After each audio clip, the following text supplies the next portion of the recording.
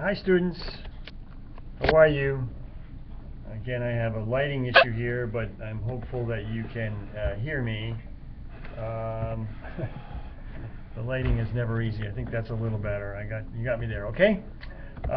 Welcome. I want to give some of your instructors editorial comments, which are not necessarily scientifically proven or exact, on what the selling points are in week 6. And congratulations on getting to week 6, because you're getting near the end. I'm sure you can, as they say about horses, you can smell the barn. A number of readings. Obviously, there's another couple pieces on the theories 2 and 3. We talked about isomorphism. These are more articles here. Some are repeated in the menu bar on your left on loose coupling systems and garbage can thinking. So I'm not going to spend too much time on those really, other than that they're in there for review purposes. In terms of the readings, there's several. I want to point out 2 or 3 of them. I want to talk about the research model, the Harper and Jackson chapter, and 2 other of the articles, and ending on the great comments by Michael Vest, the former president of MIT. The first one is the research model. This was actually, published in 1939, 7 Devils in Exchange for One. If you think about that, that has to do with regional accreditation, and that's another item we pick up. This is a teaser for what's coming in week 8. But what I like about this is, and by the way, it was produced at the University of Buffalo, which later became SUNY Buffalo, which is my alma mater, which is known, for those of you who may have been reading on the 60s, as the Berkeley of the East. More about that if I teach a different course. But I was there. So the basic premise here is the realization that higher education developed without a plan, because there is no government policy, because it's left to the states, and that that any standardization is voluntary. And the big push here was from the formation of the Council of Medical Educators, who wanted to sort of get together to talk about standardizing medical education. There were a lot of medical schools that were producing pretty poor graduates, and you can imagine what the poor patients suffered as a result. They wanted to improve the training of professional schools, and they wanted to regulate some of the professional practitioners. This was the beginning of the standardization movement. It's a lovely piece of writing. It's short, and I think you're going to enjoy it.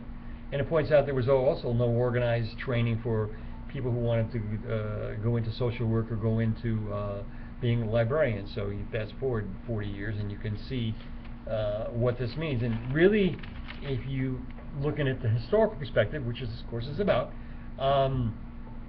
this is the early beginnings of what's known as peer review, and many of you know what that's all about. Okay.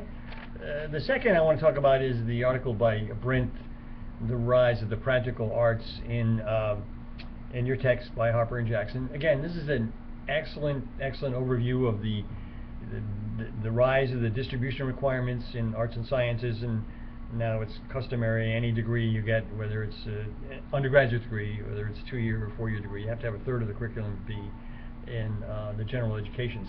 So this article looks at the issue of certain segments of higher education being upset about the push towards occupational and professional practice, as opposed to just the articles on the former emphasis on getting a degree in the arts and sciences only. But it talks about the important contributions of the scientific method and approaches of the university. So it's a very, very good piece in Harper and Jackson.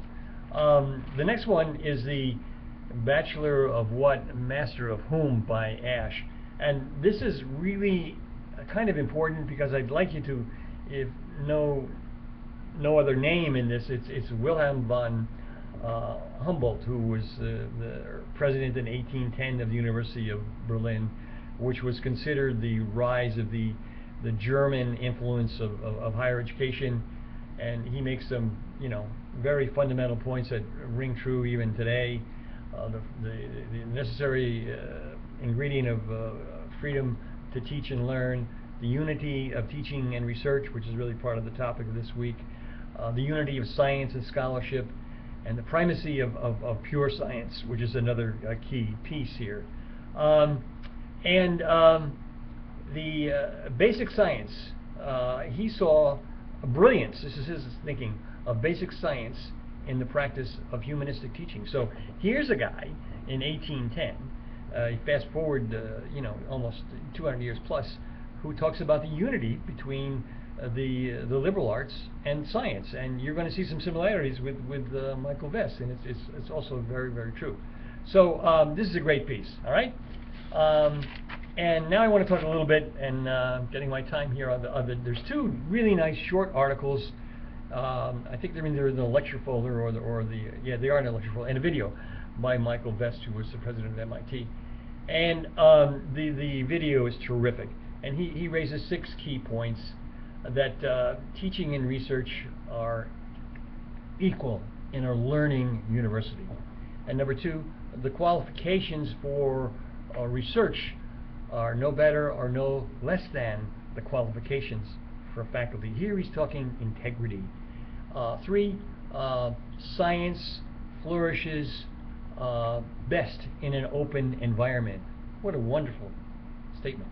And 4, it's very essential that institutions of higher education provide freedom to new faculty to do what they feel is necessary for their discipline, to make their contribution. 5, competition among universities and research groups engenders excellence. This is sort of like the capitalistic approach to thinking how things get better, the market of ideas.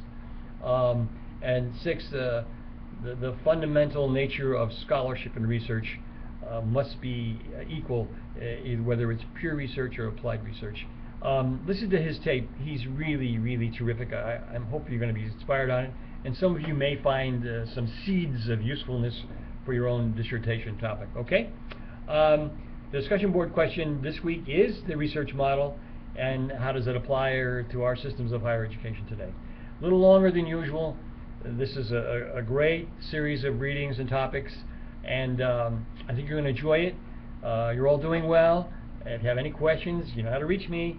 So good luck and welcome to week 6.